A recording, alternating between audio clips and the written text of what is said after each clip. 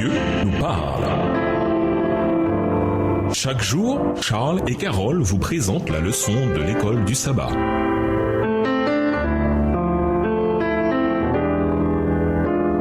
Bienvenue dans votre émission. Dieu nous parle. Voilà la leçon de vendredi. Pour aller plus loin, la question sera soulevée. Comment cela se fait-il? Recevons-nous le salut sous certaines conditions? Ce n'est jamais sous certaines conditions que nous venons à Christ. Et si nous venons à Christ, alors à quelles conditions? La condition, c'est que par une foi vivante, nous nous reposions totalement et entièrement sur les mérites du sang d'un sauveur crucifié et ressuscité. Quand nous faisons cela, alors nous accomplissons les œuvres de justice. Mais quand Dieu appelle le pécheur de notre monde et l'invite, il n'y a là aucune condition. Il l'attire par le moyen de l'invitation de Christ. Et cette dernière ne dit pas « Maintenant vous devez répondre afin de pouvoir venir à Dieu ». Le pécheur vient et tandis qu'il s'approche et voit Christ élevé sur la croix du calvaire que Dieu imprime dans son esprit, alors il se saisit d'un amour qui dépasse tout ce que l'on peut imaginer. Extrait du livre Manuscrit Releases, manuscrit inédit, volume 6, numéro 347, page 32, écrit par Ellen G. White. À méditer, lisez la citation ci-dessus signée Ellen G. White. Lisez-la dans le contexte de l'étude de mercredi. Que nous dit-elle ici? Remarquez dans sa déclaration les deux éléments de la foi chrétienne, la foi et ensuite les œuvres. Comment distingue-t-elle les deux? Pourquoi l'orgueil et l'arrogance sont-ils de si dangereux péchés? Pourquoi sont-ils si difficiles à abandonner? Se pourrait-il que par leur nature même, ils rendent précisément les gens aveugles à la nécessité de les abandonner? Après tout, si vous êtes orgueilleux, vous pensez que tout va bien chez vous, et si vous pensez que tout va bien, alors pourquoi changer? En quoi le fait de méditer sur la croix et ce qu'elle représente, le seul moyen de sauver quiconque, peut-il être un puissant remède pour l'orgueil et l'arrogance chez quiconque?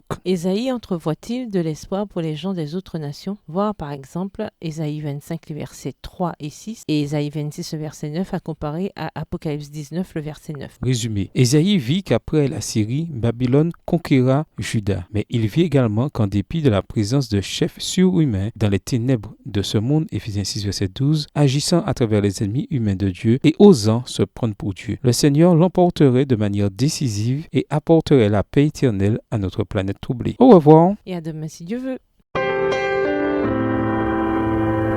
Dieu nous parle. Chaque jour, Charles et Carole vous présentent la leçon de l'école du sabbat.